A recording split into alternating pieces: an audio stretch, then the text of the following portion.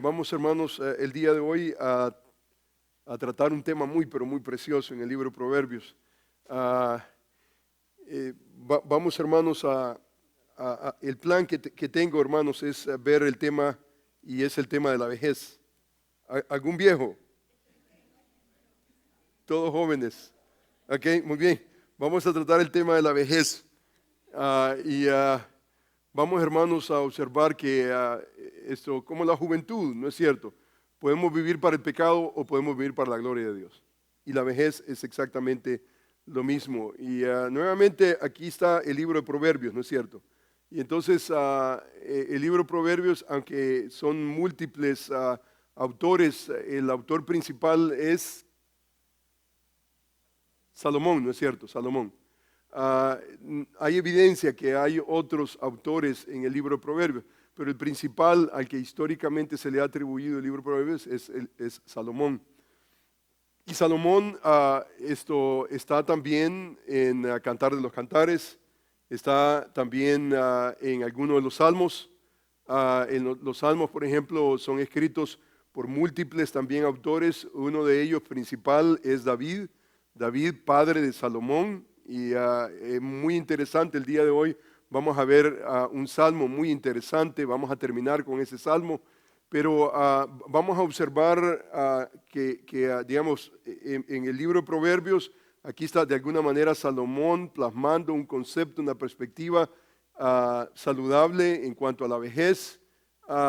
Sabemos nosotros, conforme a las Escrituras, que Salomón escribió también otro libro muy, pero muy profundo, filosófico, es el libro de Eclesiastés.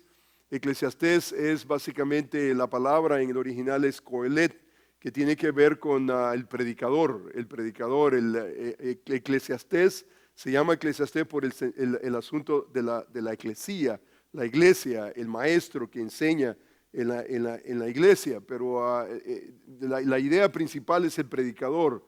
Y en el libro de Proverbios, básicamente el predicador habla de muchos temas. Él habla acerca de la vida, pero hace una reflexión increíblemente profunda. Y en el capítulo 2 él termina, por ejemplo, con el tema de la vejez en relación a la juventud. Y entonces dice, por ejemplo, Eclesiastés capítulo 12, versículo 1 al 6.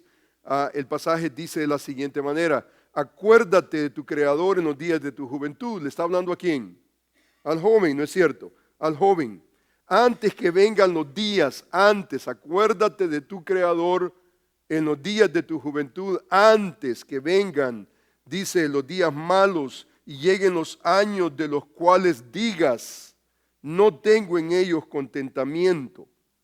Antes que se oscurezca el sol y la luz y la luna y las estrellas. O sea, antes que pase básicamente el deterioro de la vida. Y si usted observa del versículo 2 hasta el final, él básicamente hilvana en una manera muy poética, está utilizando una alegoría, alegóricamente, él está hablando acerca de la vejez. Y entonces él dice en el versículo 2, antes que se oscurezca el sol y la luna, dice, y la luz y la luna y las estrellas, y vuelvan las nubes tras la lluvia, cuando temblaran los guardas de la casa y se encorvaran los hombres fuertes y cesaran las muelas porque han disminuido y se oscurecerán los que miran por las ventanas y las puertas de afuera se cerraran por lo bajo del ruido de la muela, cuando se levantará la voz del ave y las hijas del canto serán abatidas, cuando también temerán de lo que es alto. Esto es la vejez. Le tememos a las alturas, los ojos se cierran, encorvados, habrá terror en el camino, florecerá el almendro, o sea, el pelo blanco, la langosta será una carga, dice, se perderá el apetito, porque el hombre va a su morada eterna, y los endechadores andarán alrededor por las calles.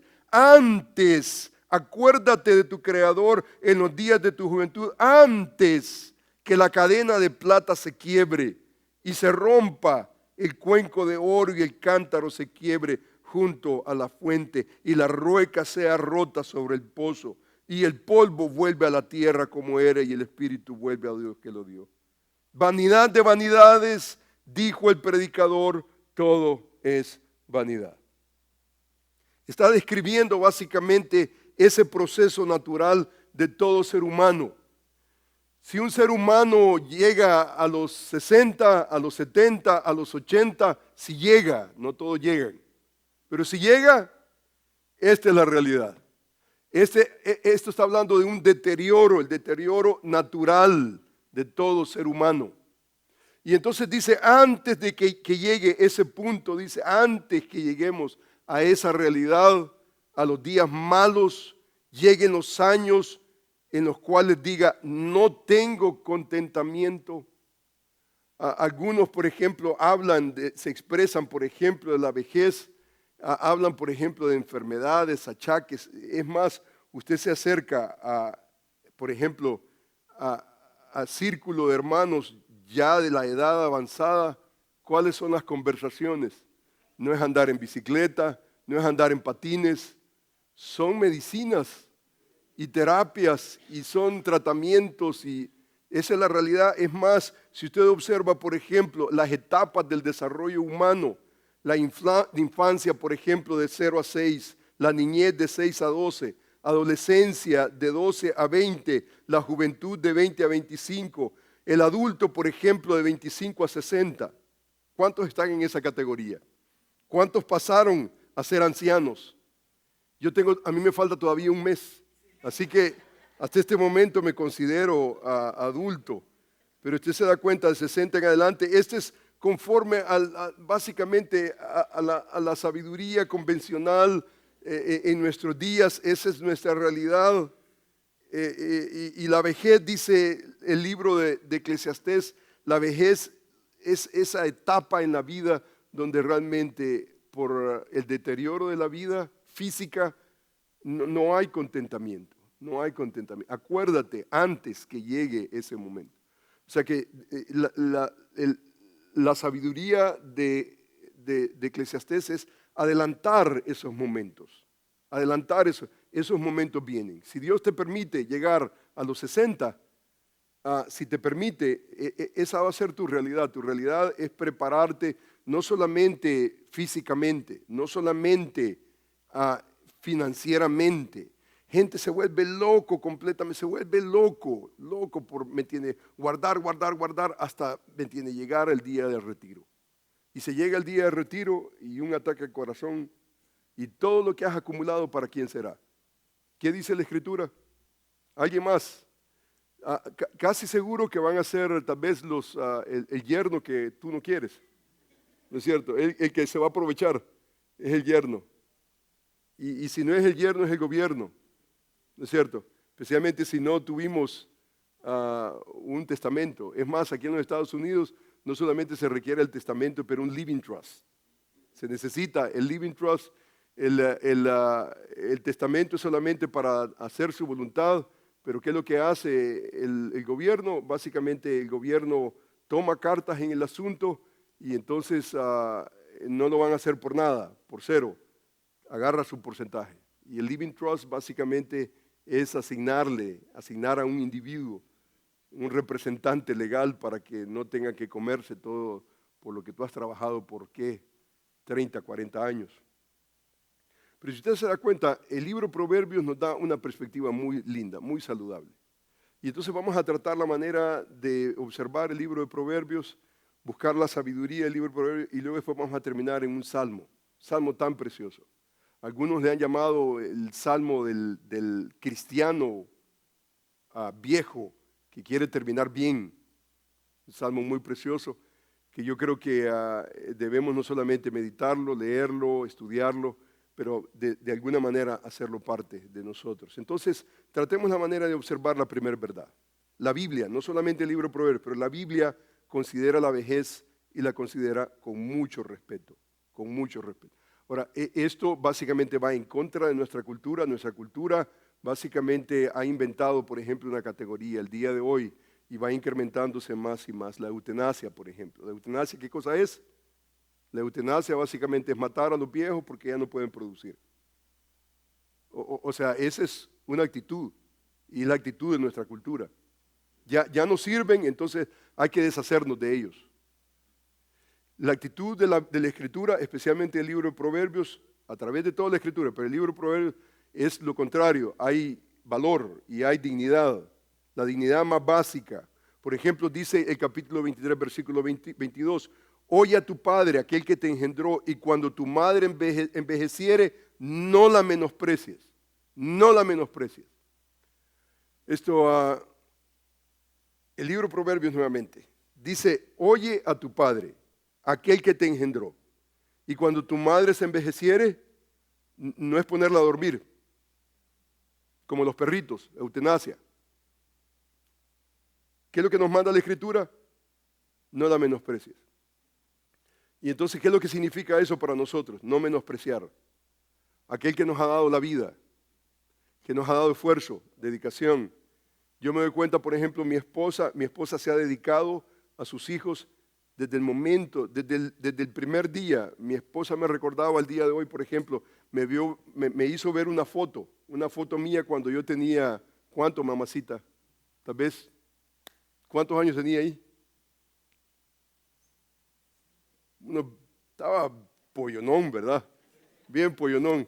Y tenía un bigote. Y el bigote se metía así para adentro. Yo no entiendo cómo. Yo veo esa foto. Qué horrible foto. Pero bueno, en ese tiempo andaba yo con bigote. Y mi esposa me recuerda que yo me tuve que quitar ese bigote porque a mi hija no le gustaba el bigote. Y cuando yo la besaba y le hacía cosquillitas por todos lados, en los bracitos, a ella le estorbaba, no quería el bigote. Entonces yo me quité el bigote por mi niña. Y también por mi suegra, porque mi suegra me dijo, te ves horriblemente mal. Y entonces y yo honré a mi suegra. Yo tengo conciencia de que yo me quité también el bigote en una apuesta que hicimos.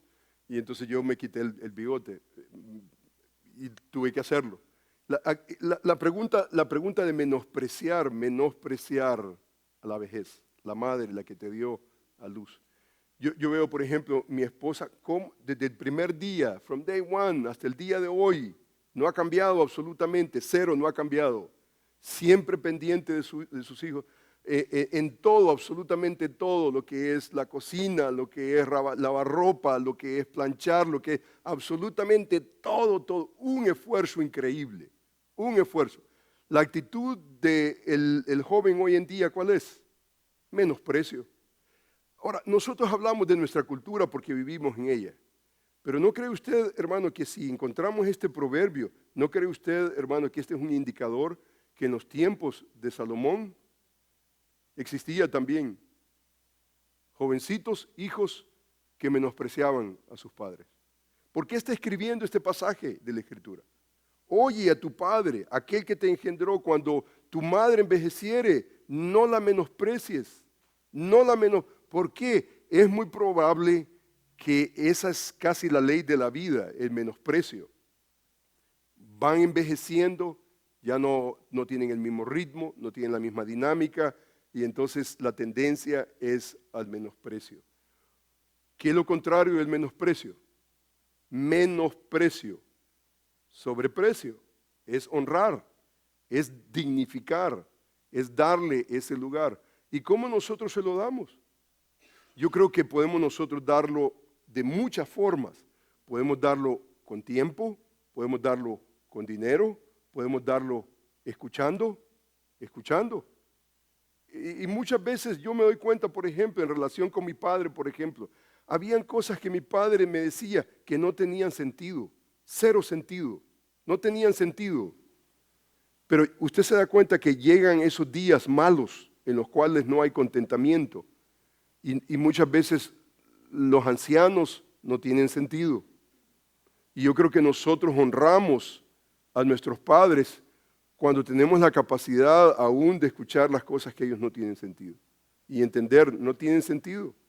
Y tratar la manera de razonar, de ponerse al tú y tú, es simplemente, no es prudente, no es darles el lugar merecido. El libro Proverbios nos enseña que en lugar de menospreciar a la que se ha envejecido tu madre que te dio a luz.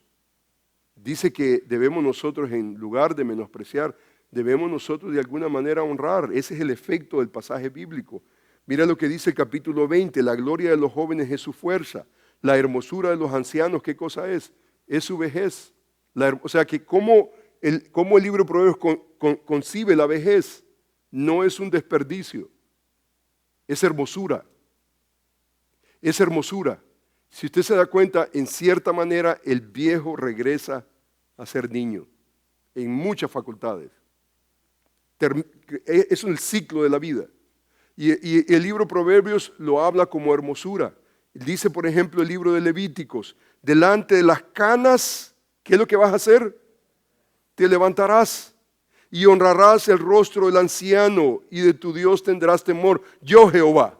O sea, en otras palabras, esa frase, yo Jehová, está diciendo, yo firmo, yo soy el que estoy firmando.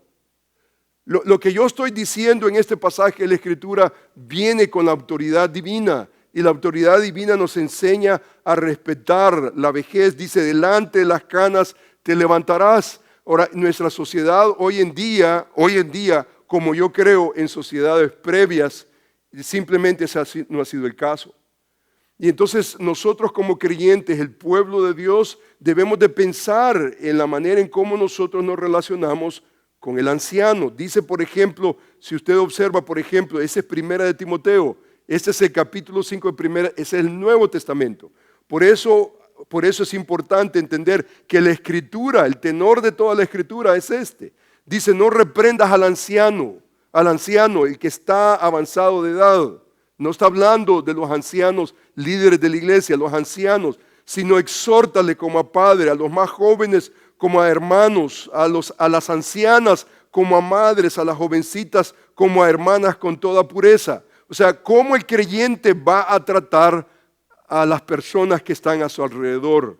Al anciano, ¿cómo lo va a exhortar? Como a padre. ¿Cómo va a tratar a las madres, a las ancianas, como a madres? O sea, vamos a dar la dignidad, la honra, el aprecio, no menospreciar, sino sobrepreciar a los ancianos, porque la Escritura eso es lo que nos manda. Dice el libro de Proverbios, el capítulo 30, versículo 17, el ojo que encarnece a su padre y menosprecia la enseñanza de la madre, los cuervos de la cañada lo saquen y lo devoren los hijos del águila. O sea que esto es juicio para con aquel que simplemente no le da el lugar al padre, a la madre, al que ha envejecido. Dice el libro de Éxodo, igualmente el que maldijere a su padre o a su madre, ¿qué es lo que va a ocurrir? Morirá. Y yo creo, hermanos, que no tenemos que hacer absolutamente nada, no tenemos que hacer nada. Esto yo creo que es el juicio de Dios. Este es el juicio de Dios.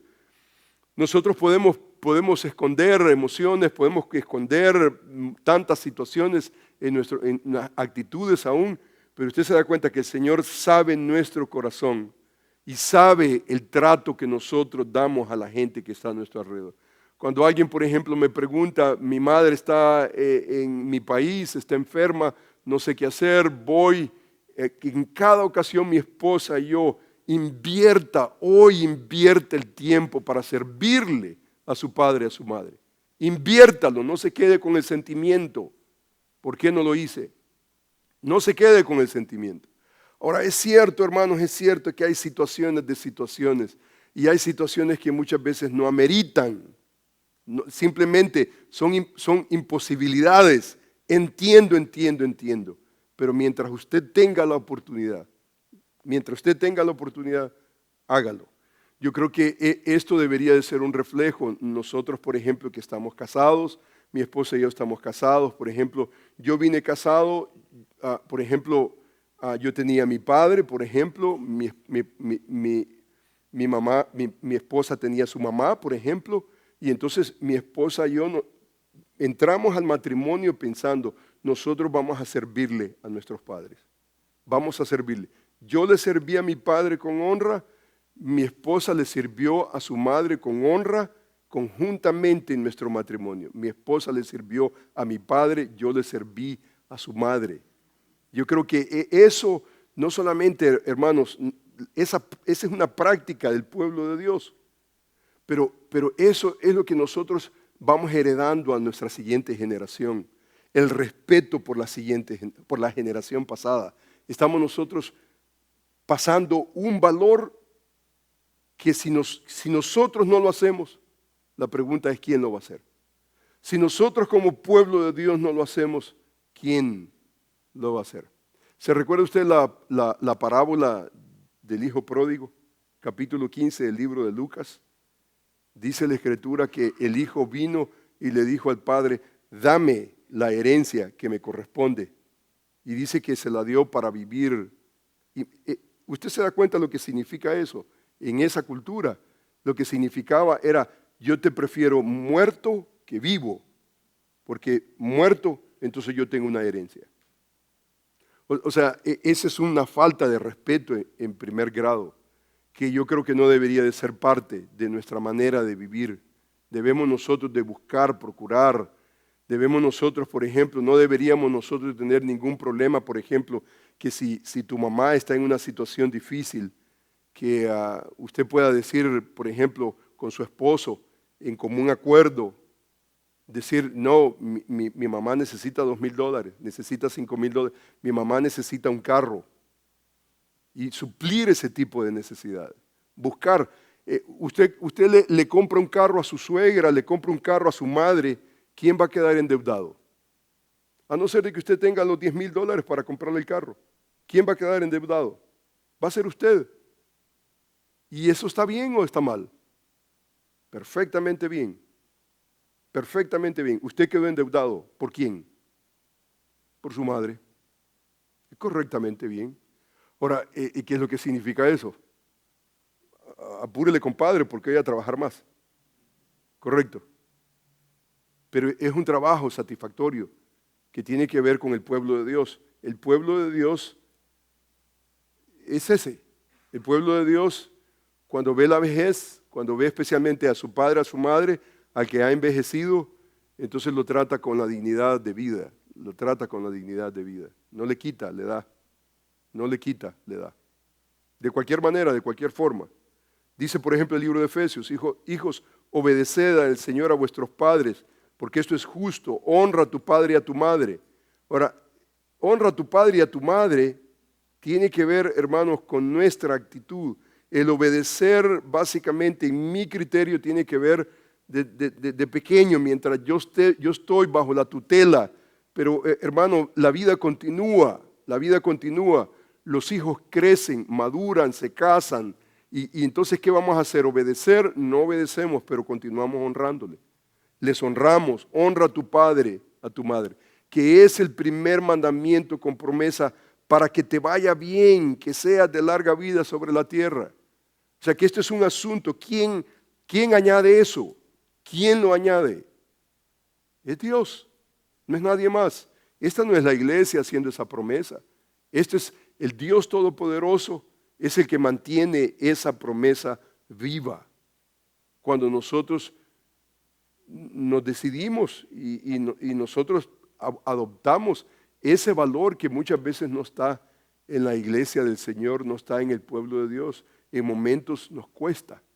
Y entonces encontramos nosotros que hay ese respeto, por ejemplo, oye a tu padre al que te engendró. Dice que la gloria de los jóvenes es su fuerza. Delante de las canas, ¿qué vamos a hacer? Nos vamos a levantar. O sea que las canas es una señal de que envejecimiento. A pesar de que algunos saben cómo le salen las canas antes de tiempo. A los 20 años a mí no me salieron canas. Se me cayó el pelo. Ni siquiera canas. Es cierto, pero generalmente, ¿qué es lo que reflejan las canas? Es vejez.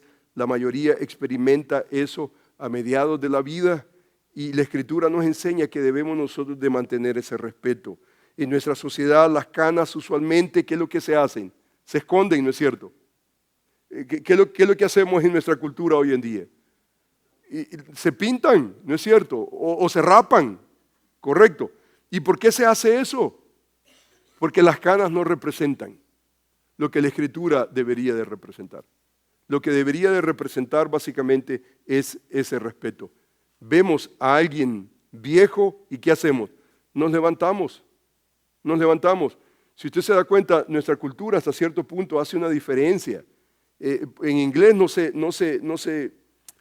distingue eso tanto, pero en español nosotros tenemos, por ejemplo, la manera de tutearnos, tuteamos a los que son primos interpares, pero al que merece respeto es usted, ¿no es cierto? Es usted. Y yo creo que la cultura nuestra, nuestro idioma por lo menos, hace esa diferencia. Viene un anciano, ¿qué es lo que nosotros hacemos?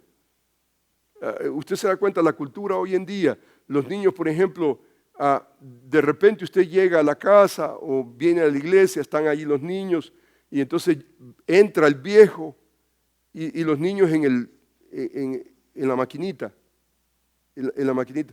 Y entró y como que hubiera entrado el perrito. Yo creo que al perrito lo hubieran saludado mejor que saludar al viejo. Yo creo que la cultura que nosotros debemos de desarrollar en Berea es una cultura en la cual nosotros respetamos al anciano. Lo respetamos porque eso es lo que la Escritura nos manda. La Escritura nos manda esa realidad. Si usted se da cuenta, número 2, hermanos, en la Biblia la vejez se considera como algo amoral. Ahora, voy a explicar ese concepto de amoral. Esto es muy importante. Lo que estamos hablando en este momento, hermanos, hasta este punto, lo que estamos hablando es lo siguiente. Lo que estamos hablando es que la vejez en sí mismo tiene delante de Dios un pudor, tiene de alguna manera un elemento de valor. Y el Señor nos enseña que debemos nosotros de valorizar. Es anciano, automáticamente debería de haber un trato especial. Debería de haber un trato especial. No importa que nosotros lo encontremos en la iglesia, lo encontremos en la casa, lo encontramos en un establecimiento, por ejemplo. Está un establecimiento, entra un anciano. Nosotros deberíamos de pensar en términos, pase señor, pase, enfrente, para que no tenga que esperar una cola. Nosotros no deberíamos tener problema con eso. No deberíamos, porque está entrando ¿quién? Es un anciano. O sea, eso es lo que nosotros encontramos en la Escritura. Debemos de ponernos en pie con respeto ante un anciano. Un anciano es un anciano y ya se acabó. Y eso debería de ser para nosotros, de alguna manera. No estoy tratando con un niño, un anciano. Ahora, el segundo punto que yo creo que es muy importante, hermanos, es que la vejez en las Escrituras nuevamente no es un amoral. Esa palabra amoral es interesante, se puede entender con estos términos, lo que es moral, inmoral y amoral. Amoral, ¿qué es lo que significa? Por ejemplo, moral es que tiene un valor positivo. Por ejemplo, la moralidad de esta persona adorna su carácter, por ejemplo, es algo positivo. Inmoral es un valor negativo. Su inmoralidad lo trajo al piso, su fama cayó por su inmoralidad. Entonces, usamos nosotros el término moral, inmoral, pero también usamos el término amoral. Amoral significa que no tiene un valor positivo ni tampoco un valor negativo, sino que es amoral. La vejez en ese sentido es amoral. En otras palabras, un viejo puede ser un buen viejo o puede ser un mal viejo. ¿Sí? O sea que solamente porque tiene años, tenemos que entender, nosotros vamos a respetar a un anciano por lo que la Escritura nos enseña. Pero el respeto se lo estamos debiendo ¿a quién? Tal vez a un viejo bueno o un viejo malo. ¿Correcto? O sea que automáticamente, solamente porque usted tiene 60 años para arriba, eso no significa que usted es un hombre sabio. Es más, usted puede ser un necio siendo viejo. ¿Ha visto usted esos casos? Se ha encontrado de aquí, por allá, un viejo necio. El libro de Eclesiastés habla del viejo necio y del joven sabio. El viejo necio, el joven sabio. Ahora, viejo, digamos, conforme a la Escritura, yo lo voy a respetar. Pero lo voy a respetar no en virtud de su virtud, sino en virtud de que el Señor me manda que debo de respetarlo. Mi padre, por ejemplo, yo lo voy a respetar, se merezca o no se merezca. Yo lo voy a respetar, porque es mi padre, es el que me concibió, mi madre me engendró, y entonces yo le debo mi respeto. Ahora, mi padre puede ser un necio. Yo no lo respeto en base a su necedad o su sabiduría. Yo tengo que distinguir. En mi mente yo tengo que hacer la diferencia de que en virtud de que Dios me manda respetar a los ancianos, yo lo voy a hacer, se merezca o no se merezca. Pero este aspecto que estamos observando tiene que ver con el aspecto moral del individuo. O sea, podemos nosotros llegar a ser necios siendo viejos o podemos llegar a ser sabios siendo viejos. Dice, por ejemplo, la Escritura, mejor, dice, es el muchacho pobre y sabio que el rey viejo y necio que no admite consejo. ¿Qué es una evidencia de un viejo? Necio. Viejo y necio. Ya viejo ya tiene un problema. Y necio. Y entonces, ¿en dónde se ve la necedad de este hombre? Perdón, hermanos, pero me duele mi espalda. Ya la abuelita se movió por aquí, por mi espalda. La vejez. ¿En dónde se ve la evidencia del viejo? Necio, en este pasaje. No pide consejo, dice no admite consejo. O sea que su palabra y solamente su palabra. Este es un rasgo de un viejo, terco, necio, feo, pelón, lo que quiera que sea. O sea, terrible, ¿no? O sea, que podemos nosotros ser viejos y estar en esta situación. Viejo, necio, que no admite consejo. Entonces aquí tenemos un problema muy serio. Por ejemplo, cuando nosotros vemos la Escritura, por ejemplo, la Escritura número 3 nos exhorta, por ejemplo, a ir a una dirección. Nos exhorta a dejar la inmoralidad, lo malo, la connotación mala. Y nos exhorta, por ejemplo, a vivir en el camino correcto. Mire lo que dice, por ejemplo, Proverbios, el capítulo 16, versículo 31. Dice, corona de honra es la vejez que se halla ¿en qué cosa? En el camino de justicia. En el camino de justicia básicamente se halla ¿qué cosa? La honra de la vejez. O sea que la vejez está conectada con ¿qué? La honra de la vejez, ¿cuál es? Se halla en el camino de justicia. En el camino de justicia. Y entonces hay una imagen muy interesante. Y la imagen tiene que ver con el camino. El camino. ¿Qué hace el viejo? El viejo se mantiene en el camino de la justicia. Se mantiene. Porque el camino de la justicia, ¿qué es lo que le va a hacer al viejo? No apartarse, no apartarse. No va a terminar siendo viejo y necio y testarudo y feo y peludo, pelado, lo que quiera que sea, o canoso. No. O sea, mantenernos en el camino nos va a dar a nosotros la capacidad para poder mantenernos en ese camino. O sea que el viejo es invitado a mantenerse en el camino. O sea que en otras palabras, nosotros podemos perfectamente bien, fácilmente, somos muy, pero muy sensibles para dejar el camino y terminar siendo viejos necios, tercos.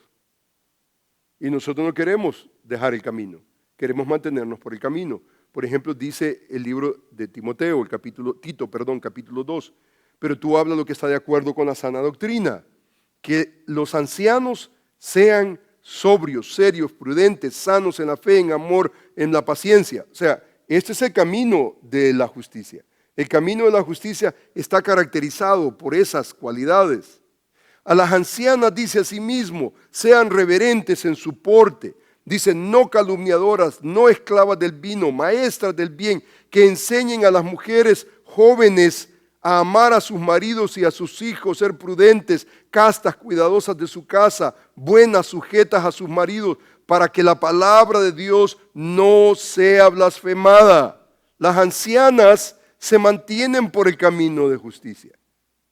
Eso nos hace dejar el camino de la necedad, de la inmoralidad. las cosas que necesitamos nosotros dejar en el camino. Necesitamos mantenernos en ese camino.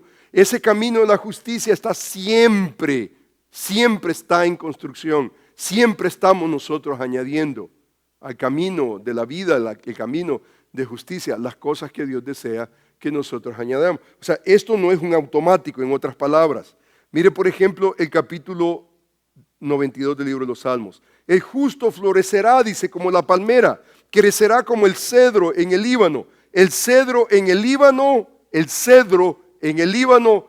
no crece de la noche a la mañana. Un hongo crece de la noche a la mañana. Le toma horas, 3 días para tener su tamaño, 3 días. Un cedro le toma 60 años, por lo menos. O sea que estamos hablando de quién? Estamos hablando del justo. Florecerá como la palmera. Dice, crecerá como el cedro del Líbano, el mejor cedro de los cedros. Plantados en la casa de Jehová, en los atrios de nuestro Dios florecerá, aún en la vejez fructificarán.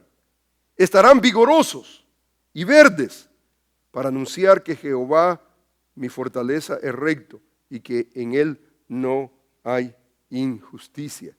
Esto es importante, este salmo, como lo vamos a ver en unos momentos. O sea que la Escritura enseña, exhorta al viejo a dejar la necedad, a dejar los caminos vanos, a dejar lo que simplemente no sirve y a mantenerse en el camino de la justicia, el camino de la verdad. Y entonces esto no es un automático. Dice, por ejemplo, el libro de Job, en los ancianos está la ciencia y la larga edad la inteligencia. O sea, allí es donde vemos nosotros la sabiduría. La sabiduría de los amigos de Job está precisamente en eso. Y usted ve una trama aún de la juventud, de aquellos que no entienden la vida, hablando acerca de la vida, cosas que no entienden. Joven fui, dice, y he envejecido, y no he visto justo desamparado, ni su descendencia que mendigue pan. Esto es importante, lo vamos a observar en unos momentos. Pero aquí hay un joven, viejo, joven fui, he envejecido. Y entonces, ¿cuál ha sido la experiencia de él? La experiencia de él es que dice, no he visto justo desamparado, ni descendencia, dice, ni su descendencia que mendigue pan. O sea, ¿qué es lo que ha visto este joven que ha envejecido? La fidelidad de Dios. Ha visto la fidelidad de Dios. Y hermano, yo creo que esa es la mejor herencia que nosotros podemos dejarle, no solamente a nuestros hijos, pero a la gente que está a nuestro alrededor. Usted se da cuenta que los días domingos, en cierta manera, aún en nuestra iglesia, desafortunadamente, tenemos nosotros que dividir, por ejemplo, tenemos que segregar. Los niños los mandamos, por ejemplo, a sus programas y lo hacemos más por conveniencia de idioma. Pero hay segregación y no queremos segregar más de lo necesario. Tenemos que hacerlo porque tenemos que hacerlo. Pero lo ideal debería de ser el joven adora con el viejo. Y entonces está adorando y de repente, y mi hijito, ¿y cómo estás? ¿Cómo está tu vida? El viejo debería de hablarle al joven. Yo entiendo que, digamos, muchas veces tenemos clase para los niños, para los jóvenes adultos. Tenemos que hacer eso tal vez por necesidades que hay en este grupo, en el otro grupo, pero lo ideal debería de ser, hermanos, el viejo hablándole al joven. El viejo, ¿qué es lo que tiene? El viejo tiene lo que el joven no tiene. El viejo sabio ha experimentado la fidelidad de Dios y puede hablarle al jovencito que todavía piensa, ¿me entiende?, inmaduramente. Puede hablarle y el joven sabio va a atender el consejo del viejo sabio. Ese es a perfect match. Es calzado perfectamente cuando nosotros encontramos esa realidad. Encontramos a un viejo sabio, pero encontramos también a un joven sabio. Y si usted se da cuenta, uno de los factores, ya lo leímos, ¿qué es lo que hace el viejo necio? No recibe consejo, mucho menos el joven. Si el viejo no lo hace, mucho menos el joven. Dice, por ejemplo, el libro de Reyes, el capítulo 12, versículo 6. Entonces el rey Roboam pidió consejo de los ancianos que habían estado delante de Salomón su padre cuando vivía y dijo, ¿cómo aconsejáis vosotros que responda a este pueblo? Hermano, esto debería de ser la pregunta de cada creyente sabio que está en el camino. Aquí hay un rey, Roboam, dice que pidió consejo. ¿A quién? No fue a los jovencitos.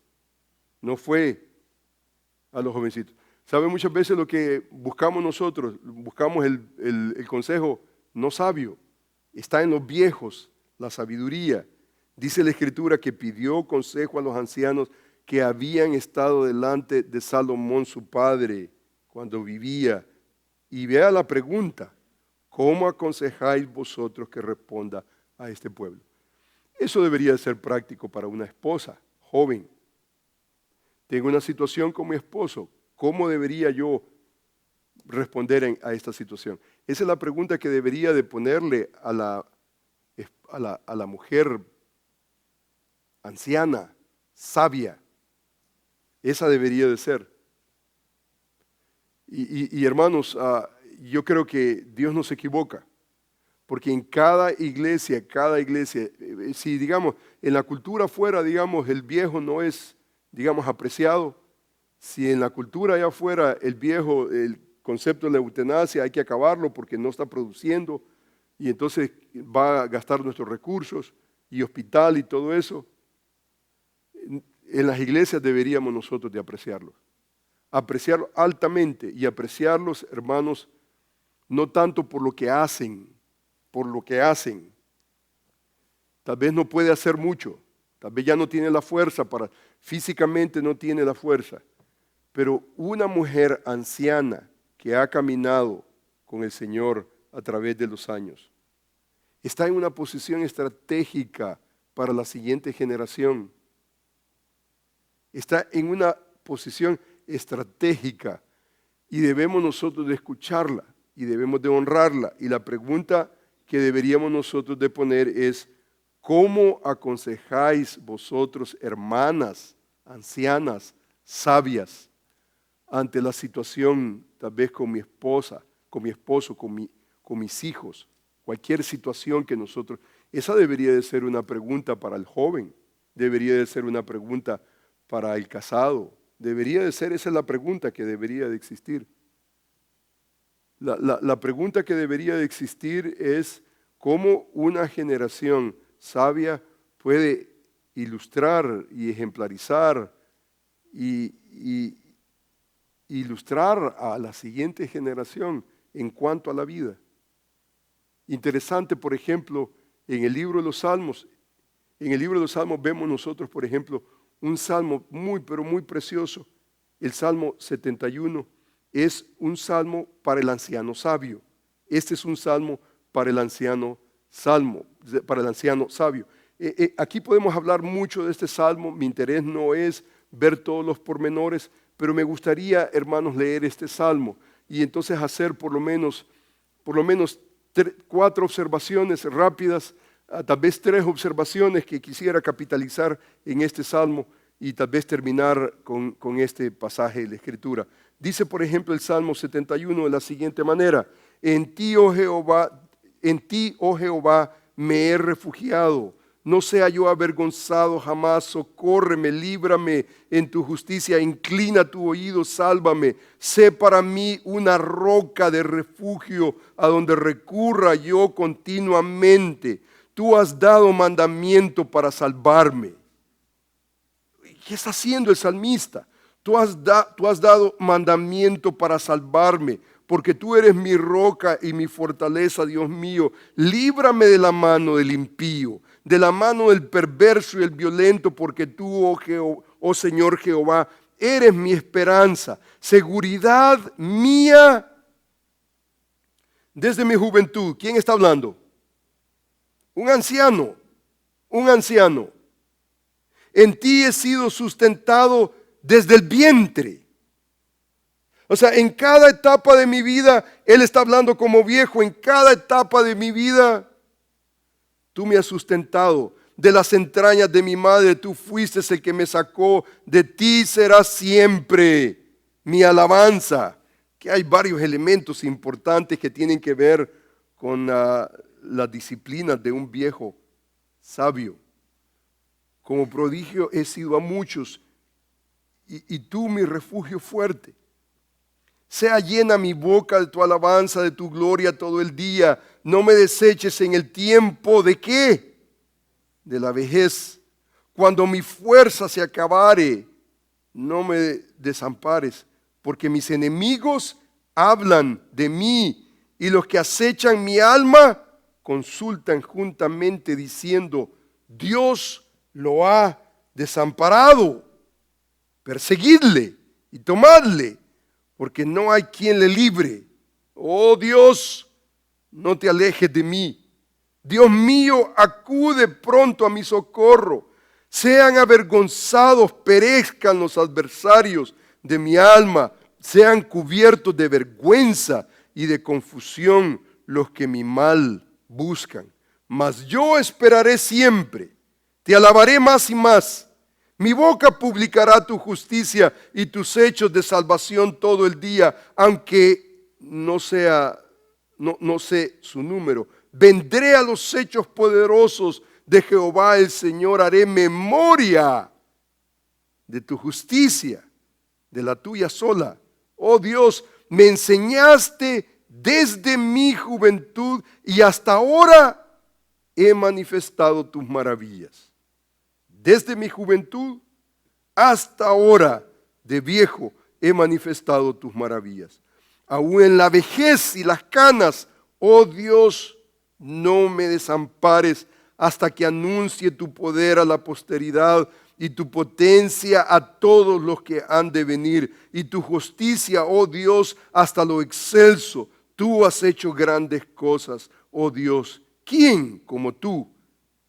Tú que me has hecho ver muchas angustias y males, volverás a darme vida y de nuevo me levantarás de los abismos de la tierra. Aumentarás mi grandeza y volverás a consolarme a sí mismo. Yo te alabaré con instrumento de salterio, Dios mío. Tu verdad cantaré a ti en el arpa. Oh Santo de Israel, mis labios se alegrarán cuando cante a ti mi alma, la cual redimiste. Mi lengua hablará también de tu justicia todo el día, por cuanto han sido avergonzados, porque han sido confundidos los que mi mal procuraban.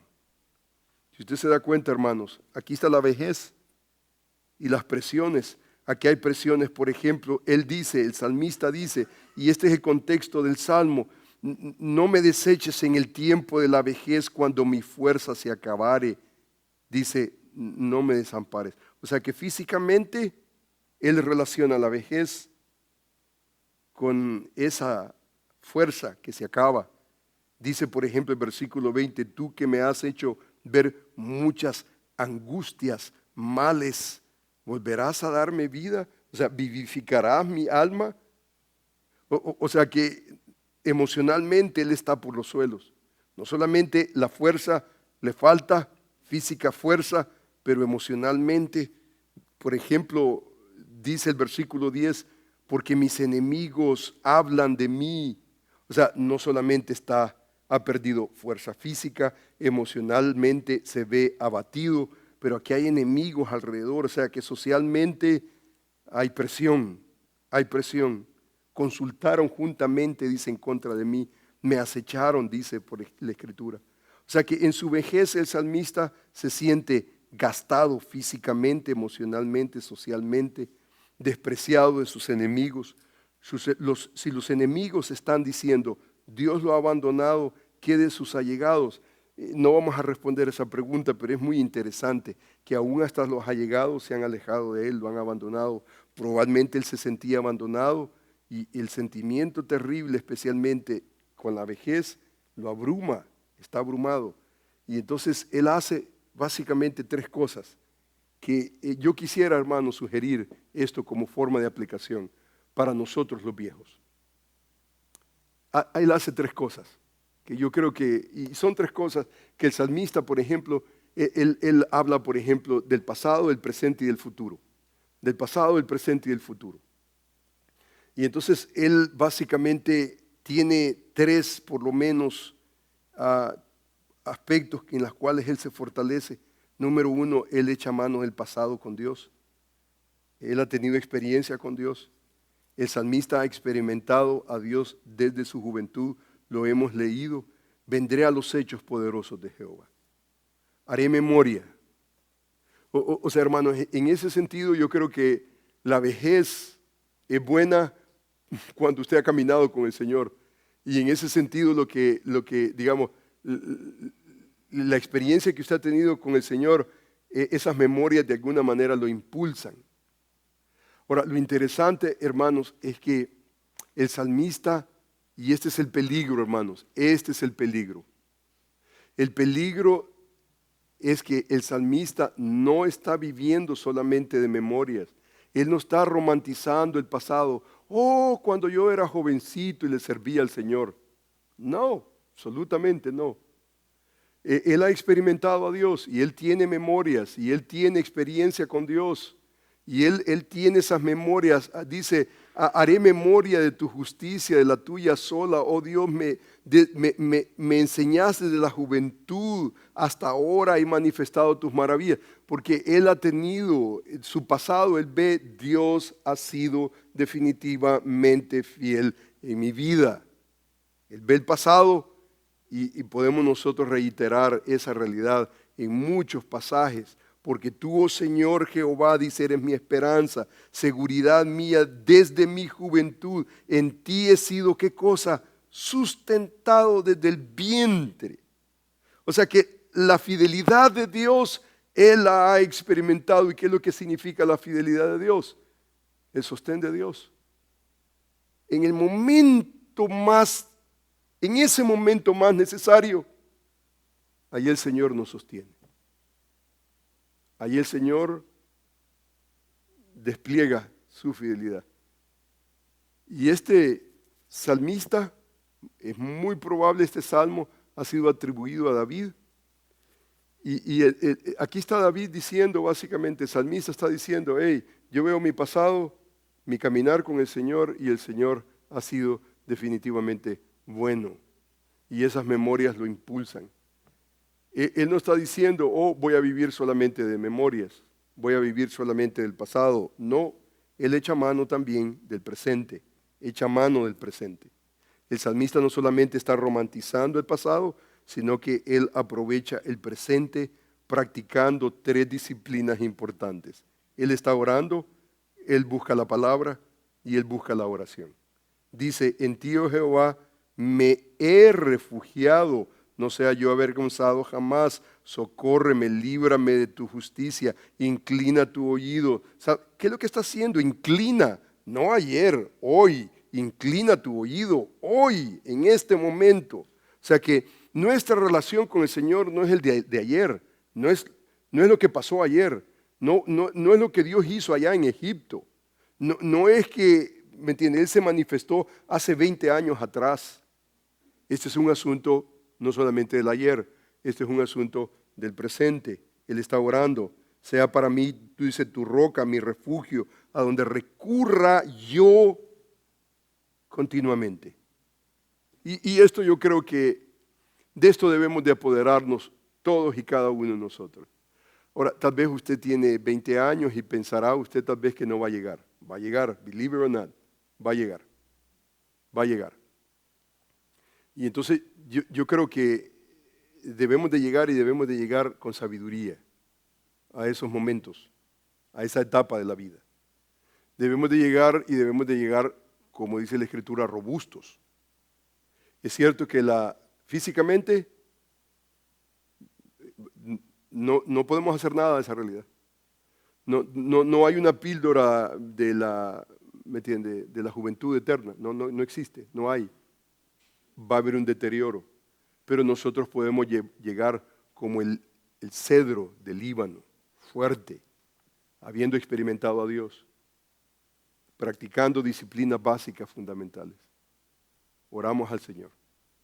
No solamente oramos al Señor, pero mire conmigo, tú has dado mandamiento. ¿Para qué? Para salvarme. Ahora, yo creo que esta salvación no es una salvación soteriológica, una salvación, sino tiene que ver con la salvación del viejo. Está perdiendo fuerza, emocionalmente está angustiado, socialmente está en persecución y él no quiere entorpecerse, él quiere mantenerse firme. Y entonces él necesita no solamente la oración, pero él necesita la palabra de Dios. Y dice la Escritura, porque tú eres mi roca, fortaleza, Dios mío, líbrame de la mano del impío, de la mano del perverso, el violento, porque tú, oh Señor, eres mi esperanza, seguridad mía desde mi juventud, desde mi juventud. Usted se da cuenta que más adelante él dice, oh Dios, no te alejes de mí, Dios mío, acude pronto a mi socorro. Sean avergonzados, perezcan los adversarios, sean cubiertos de vergüenza, mas yo esperaré siempre. Dice, te alabaré más y más. ¿Qué significa eso? O sea que aquí hay un viejo que no mengua, no está menguando en su adoración, en su disciplina, en su oración, en la palabra. No está menguando, no está regresando atrás, sino que está más y más, dice, te alabaré, mi boca publicará tu justicia, tus hechos de salvación todo el día. Dice el versículo más adelante, asimismo yo te alabaré, dice, con instrumento de salterio. Oh Dios, la verdad, dice, cantaré en arpa, mis labios se alegrarán. O sea que aquí hay un hombre determinado a terminar bien. Terminar bien. Sus días terminarlo bien. No terminar como un viejo necio, sino terminar como un viejo, inevitablemente, pero sabio. Él ve el pasado, ve la fidelidad de Dios. Él ve el presente y él ve el sustento que solamente Dios puede darle en momentos especialmente difíciles. Y él ve el futuro y es muy interesante lo que él ve en el futuro. Él echa mano del futuro. El salmista no solamente está apropiándose, conectándose del pasado y del presente, pero él quiere ejercer un ministerio futuro que, hermanitos lindos, yo les animo, todos nosotros, yo les animo. Mire lo que hace el salmista. El salmista dice, oh Dios, me enseñaste desde mi juventud y hasta ahora he manifestado tus maravillas. Aún en la vejez y las canas, oh Dios, no me desampares hasta que anuncie tu poder a la posteridad. Eso, hermano, es ministerio. Ese es ministerio. Eso es estar conectado con la siguiente generación. Eso es estar conectado con los nietos y estar conectado con los hijos y estar conectado con la gente que está alrededor suyo. Esto es estar conectado. O sea, hermanos, yo creo que esto de lo que estamos tratando en este momento le va a dar vida a un viejo. No importa qué viejo, qué tan viejo esté, pero esto le va a dar vida. Cuando un joven, yo recuerdo, por ejemplo, esto, el pastor Doña, por ejemplo, tenía a su mamá pero muy anciana, la trajo de Nicaragua, el hermano hizo un ministerio tremendo con ella, y yo recuerdo yo lo tengo pero muy presente. Yo recuerdo que, por ejemplo, los jóvenes iban, ¿me entiende?, andaban de fiesta en fiesta y de restaurante en restaurante. Yo me recuerdo invertir tiempo con esta anciana que me confrontaba, una ancianita, la mamá del pastor, una ancianita que le hablaba a un joven necesitado de la vida, necesitado de sabiduría. Y nosotros debemos de armarnos de esa gente. Yo veía en esta señora, veía una vida frondosa, veía dinamismo, no amargura, que si usted se da cuenta, en la vejez es fácil amargarse, está perdiendo fuerza, emocionalmente está abatida. Ve usted, por ejemplo, alrededor, sus hijos, tal vez son hijos malditillos. Y eso a cualquiera agota, a cualquiera perturba.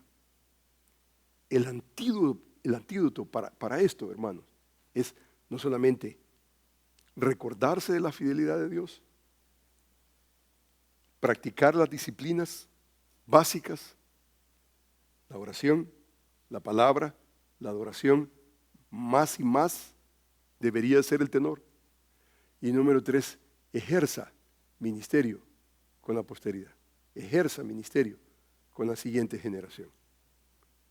Aunque su nieto no quiera escucharla, hágalo. Que haga un profeta en su casa. Que aunque su hijo no quiera escucharle, hágalo. Tal vez para su hijo usted va a ser, tal vez, te estás volviendo terca, necia. Pero hágalo. Delante de los ojos del Señor, usted es un hombre, una mujer, un anciano sabio delante del Señor. Hermanos, nosotros tenemos la oportunidad, esto es un asunto amoral. ¿Cómo nosotros llegamos a ser viejos? ¿O somos necios o somos sabios? Hermano, queremos terminar bien. Y para terminar bien necesitamos mantener esas disciplinas. No las dejemos más y más. Conectémonos no solamente con la fidelidad de Dios, pero con el sostén de Dios. Mantengámonos siempre conectados con la siguiente generación. Eso nos va a dar una vitalidad que nada, hermanos, no importa cuánto ejercicio usted haga en el gimnasio, absolutamente, 0. Esto le va a dar a usted calidad, le va a dar a usted esa fortaleza y ese dinamismo que todos y cada uno necesitamos, especialmente en esa etapa de la vejez, que para algunos nos va a llegar. Yo estoy esperando de 1 mes, ¿verdad? Me van a mandar una licencia especial, ¿verdad? Pero es una realidad. Estemos nosotros a este lado o al otro lado, hermanos, este es un desafío increíble, importante para cada uno de nosotros. Mantengámonos, hermanos, en el camino de justicia. Mantengámonos en ese camino para terminar bien nuestra jornada. Oremos al Señor.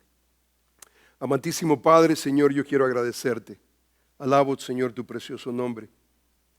Alguien correctamente ha observado que la iglesia cristiana está a una generación de ser extinguida, queriendo decir que cada generación tiene la responsabilidad de pasar la batuta a la siguiente generación.